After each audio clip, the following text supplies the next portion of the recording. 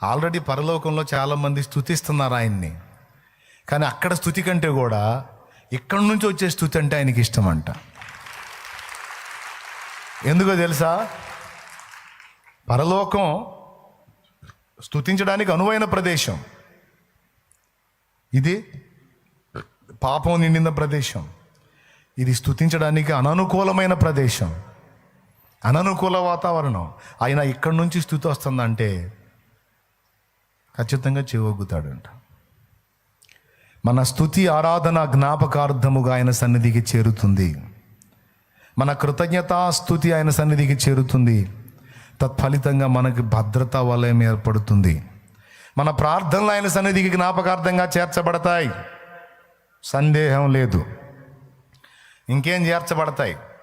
మనము చేసినటువంటి మంచి కార్యములు, నీతి కార్యములు, ధర్మయుక్తమైన కార్యములు మొత్తం చేర్చబడతాయంట. అని నేను అన్నానంటే లేఖనం సాక్ష్యం ఇస్తుంది. అన్యజనుడియే చేరినప్పుడు మన చేరవా? అక్కడ కూడా కొర్నేలే మనకి ఉదాహరణ. నీ ప్రార్థనలను, నీ ధర్మ కార్యములను దేవుని సన్నిధికి జ్ఞాపకార్థముగా చేర్చబడ్డాయి అన్నాడు. అంటే మనం సాటివారికి, తోటివారికి మనం చేయదగ్గ మంచిని చేసినప్పుడు ఆ మంచి కూడా జ్ఞాపకార్థంగా చేర్చబడుతుంది. అందుకే ఎన్నోసార్లు చెప్పాడు వాక్యంలో, ప్రేమ కలిగి ఉండటానికి ప్రయాసపడండి, క్షమించండి, సహాయపడండి, నీకు కలిగి ఉంటే ఇతరులకు ఇవ్వండి, ఇతరుల మీద అసూయ పెట్టుకోవద్దు, అవసరమైతే వాళ్ళు ఇబ్బందికరంగా ఉంటే వాళ్ళ పక్షాన వాళ్ళ కోసం ప్రార్థన చేయండి, వాళ్ళ తప్పులు ఎంచకండి, వాళ్ళని విమర్శించడానికి వెతక్కండి, మీకు అవకాశం ఉంటే వారి తప్పులు మీ మీద వేసుకొని, వారి దోషములు మీవని దేవుని ముందు ఒప్పుకొని వారి పక్షంగా ప్రార్థన చేయండి. మీకంటే ఇతరులు యోగ్యులను ఎంచుకోండి. వారి ఎదుట మిమ్మల్ని మీరు హెచ్చించుకోవటానికి ట్రై చేయకండి. మీరు ఒకరికంటే ఒకరు యోగ్యులను ఎంచుకోండి. దీనులకు చేయి చాపండి, దిక్కులేని వారిని ఆదరించండి, అనాథలకు చేయూతనివ్వండి, తల్లిదండ్రి లేని అనాథ పిల్లలను ఆదుకోండి, విధవరాండ్రకు సహకారంగా ఉండండి, ఆకలి కొన్న వారికి అంత ఆహారం ఇవ్వండి, రోగులను పరామర్శించండి, పలకరించండి, చెరసాలలో బందీలైన వారికి మీరు చేయదగ్గ సహాయం చేయండి. మీకు తెలుసా, యేసు ప్రభువారు ఇవన్నీ పరిగణలో తీసుకుంటాడని మీకు తెలుసా? లేఖనం స్పష్టంగా రాసుంది మత్తయి సువార్తలో. మత్తయి సువార్త 25వ అధ్యాయము 34వ వచనం నుంచి చూడు. అప్పుడు రాజు తన కుడివైపున ఉన్నవారిని చూచి, నా తండ్రి చేత ఆశీర్వదింపబడిన వారులారా రండి, లోకము పుట్టినది మొదలుకొని మీ కొరకు సిద్ధపరచబడిన రాజ్యమును స్వతంత్రించుకొనుడి. నేను ఆకలిగొంటిని, మీరు నాకు భోజనము పెట్టితిరి, దప్పిగొంటిని, నాకు దాహమిచ్చి. వీటిని సీరియస్గా తీసుకుంటున్నారా? అసలు వీటిని సీరియస్గా తీసుకున్నోడు ఇక్కడ దీవించబడతాడు, రేపు అక్కడ కూడా లెక్కలోకి వస్తాడు.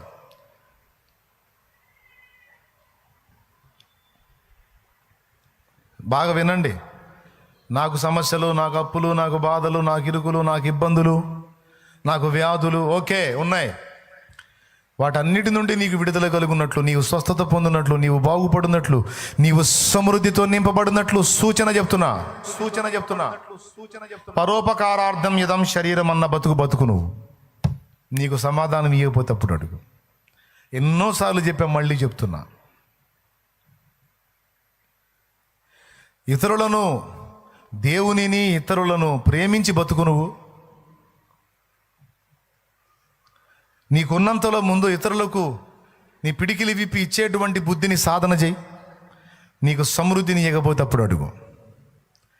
నేను ఇస్తానే ఉన్నా, నాకు ఇంకా ఇలేదేంది అనే క్వశ్చన్ చేయొద్దు. నువ్వు ఇవ్వకపోయా, నా దగ్గర ఉంది, అవతల వాళ్ళు అక్కర కలిగి ఉన్నారు, నీకు స్తోత్రం. నువ్వు నాకు ఇవ్వకపోయేసయ్యా, నేనైతే చూస్తా ఉండలేనయ్యా, నా వల్ల కాదయ్యా, నువ్వే ఇచ్చావు ఈ బుద్ధి, మరి ఏం చేయమంట? మరి ఈ మనసు నీ వల్లనే వచ్చింది నాకు.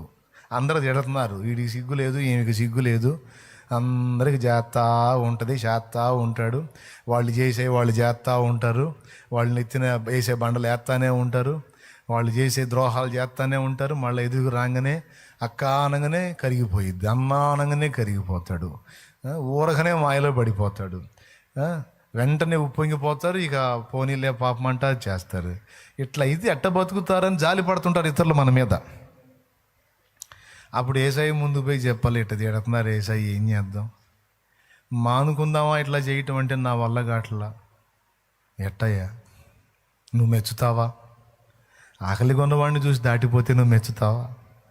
లేమి గలవారిని చూసి ఇంత సాయం చేయకుండా దాటిపోతే నువ్వు ఇష్టపడతావా?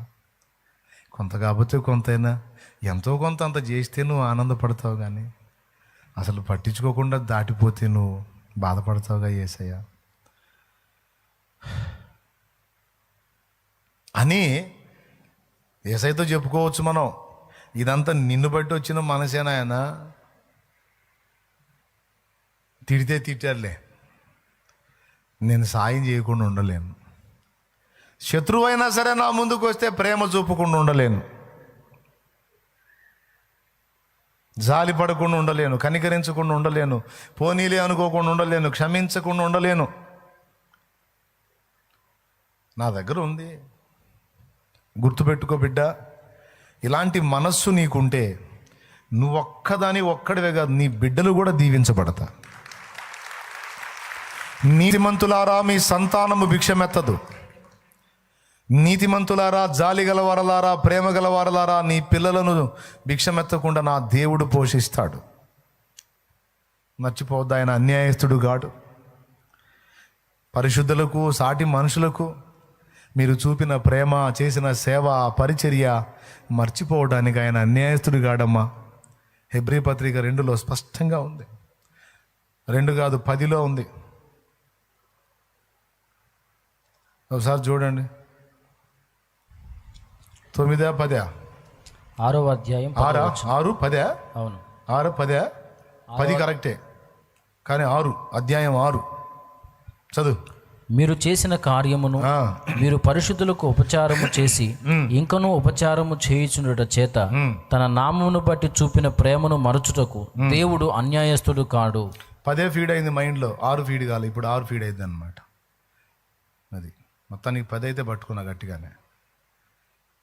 మీరు చేసిన ఉపచారము, ఇంకా చేస్తున్న ఉపచారము, తన నామమును బట్టి చూపిన ప్రేమ మర్చిపోవడానికి ఆయన అన్యాయస్తుడు గాడు. మొత్తం ఉన్నాయే,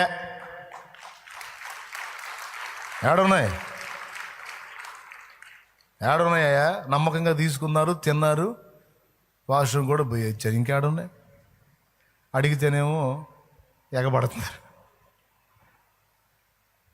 అంటారు కొంతమంది. అప్పు ఇచ్చిన వాళ్ళు పర్వాలేదులే,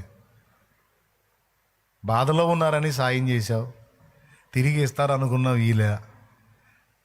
సరే, వాళ్ళకి శ్రమలుండి ఇవ్వకపోతే అది వేరే సంగతి. వాళ్ళకు ఉండి కూడా ఇయ్య బుద్ధి కాక ఇలా మోసపోయావు. ఆయన డోంట్ ఫీల్, ఆయన దగ్గర ఉంది అది. నీ మనసు అయితే ఆయనకి నచ్చింది. వాళ్ళ బతుకైతే అక్కడే ఉంటుంది. నీకు మరో రూపంగా దేవుడు నీ చేతికి వచ్చేటట్టు చేస్తాడు. ఆయన అన్యాయస్తుడు కాదు. గుర్తుపెట్టుకో. కొంతమందికి ప్రశ్నిస్తారు, నేను ఇన్ని మంచి పనులు చేశా, నాకెందుకు ఇలా అయింది, నేను ఇంతమందికి ఇంత కార్యాలు చేశా, నాకెందుకు ఇలా అయిందని క్వశ్చన్లు వేస్తూ ఉంటారు. ఏమైంది?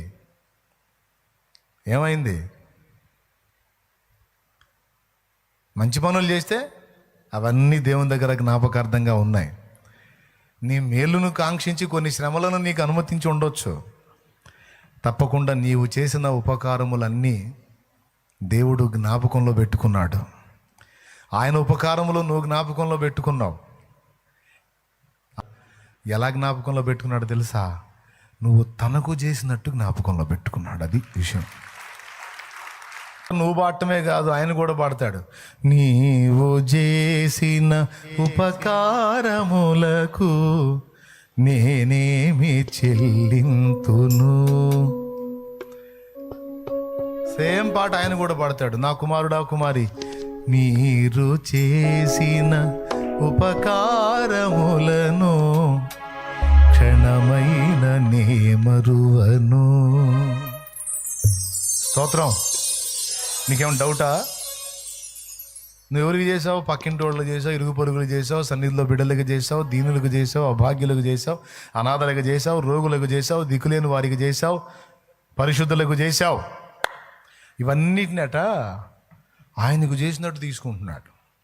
నేను ఆకలి కొంటిని, మీరు నాకు ఆహారం ఇచ్చారు, దప్పికొంటిని, దాహమునకి ఇచ్చారు, వస్త్రహీనుడనై దిగంబరనై ఉంటిని, నా మీద వస్త్రం కప్పారు, నేను రోగినై ఉంటిని, చూడవచ్చారు, చెరసాల్లో ఉంటిని, పలకరించారు. అసలు ఆయన ఎప్పుడున్నాడు అని అడుగుతారట వాళ్ళు. అప్పుడు ఆయన ఇచ్చే సమాధానం ఏంటో తెలుసా? ఈ నా సహోదరులలో ఒకరికి చేస్తే అది నాకు చేసినట్టే. నేను తీసుకున్నా, నేను రాసుకున్నా. మరి అదే బీదలకు సహాయం చేసేవాడు యెహోవాకు అప్పించువాడు అంటే అర్థం కాలా? బీదలను కనికరించువాడు యెహోవాకు అప్పించువాడు అంటే అర్థం ఏంటి? ఆ బీద స్థితిని, ఆ బీదవాని స్థానాన్ని దేవుడు తీసేసుకుంటున్నాడు. బీదవాడికి నువ్వు కనికరం చూపితే ఆయన నాకు అప్పించాడయా మావాడు అంటున్నాడు. మావాడికి రుణపడి ఉన్నాను. దేవుడు మనకు రుణస్తుడట. చిన్న విషయాలు కావు ఇవి.